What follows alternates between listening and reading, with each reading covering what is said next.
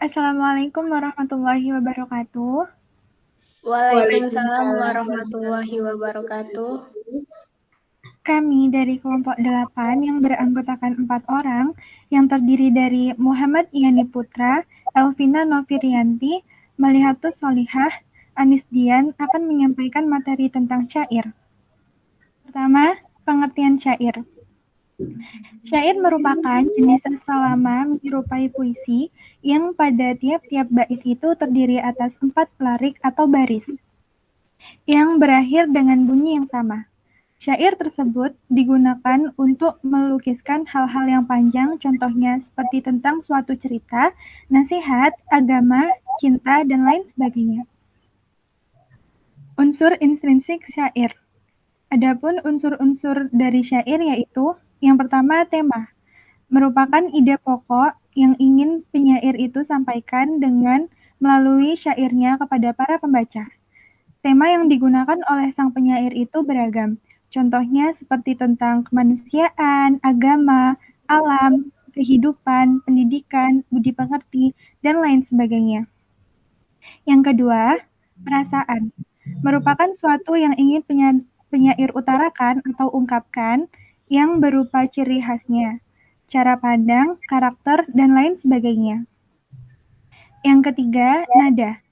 Suatu intonasi atau juga penekanan dalam isi syair yang dapat berupa mengejek, menasehati, bergurau, bergembira, mengkritik, berbelas kasihan, serta sebagainya. Dan yang terakhir, amanat.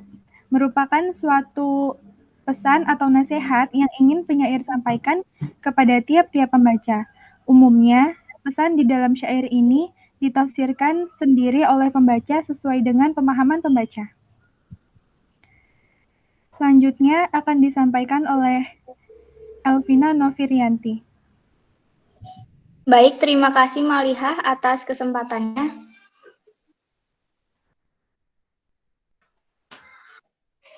Unsur ekstrinsik syair. Yang pertama, latar belakang kehidupan penyairnya. Yang kedua, pendidikan penyair. Ketiga, latar belakang budaya dan sosial. Dan yang keempat, adat atau juga kebiasaan masyarakat setempat.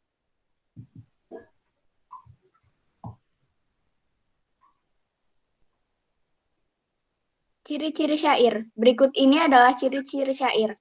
Yang pertama, syair terdiri atas 4 baris dalam tiap bait.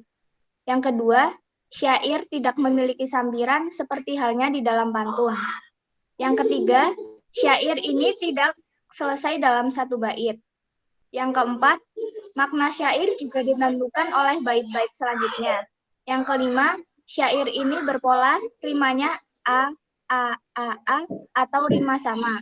Dan yang terakhir, irama yang terjadi pada tiap pertengahan baris antara 4 sampai 6 suku kata. Baiklah, saya akan membaca contoh syair. Janganlah engkau berbuat maksiat, janganlah engkau berbuat jahat. Segeralah engkau bertobat agar selamat dunia akhirat. Apabila engkau kesulitan dan menerima segala cobaan, memohonlah kepada Tuhan, pasti Tuhan mengabulkan. Jangan lupa kepadanya, patuhilah perintahnya. Bertobatlah kepadanya, pasti Tuhan menerimanya. Ingatlah pada kesalahanmu, ingatlah pada kelakuanmu. Perbaikilah dirimu, Tuhan pasti menyayangimu. Janganlah berbuat dosa, semua dosa akan binasa. Dengan bertobat pasti bisa kepada Tuhan yang Maha Esa. Kujanjikan akan bertobat, aku akan menjalani sholat, supaya aku tidak tersesat, agar aku dan Tuhan tidak tersesat.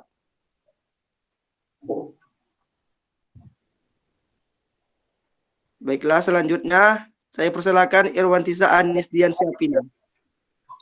Oke, baik, Mas Putra. Di sini saya akan membacakan makna dari syair yang dibacakan oleh Mas Putra. Maknanya yakni kita tidak boleh berbuat jahat kepada orang lain akan masuk surga. Jadi kita sebagai manusia pasti melakukan kesalahan meskipun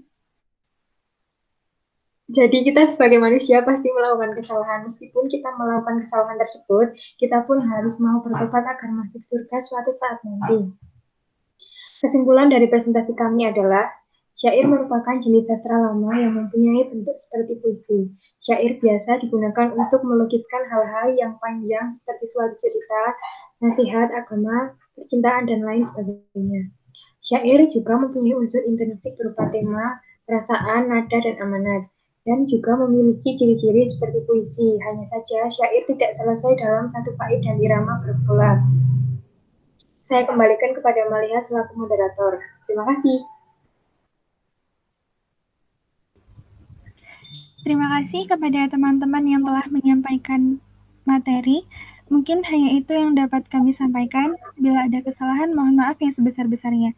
Saya akhiri, wabillahi taufiq wal hidayah. Wassalamualaikum warahmatullahi wabarakatuh. Waalaikumsalam Waalaikumsalam warahmatullahi wabarakatuh.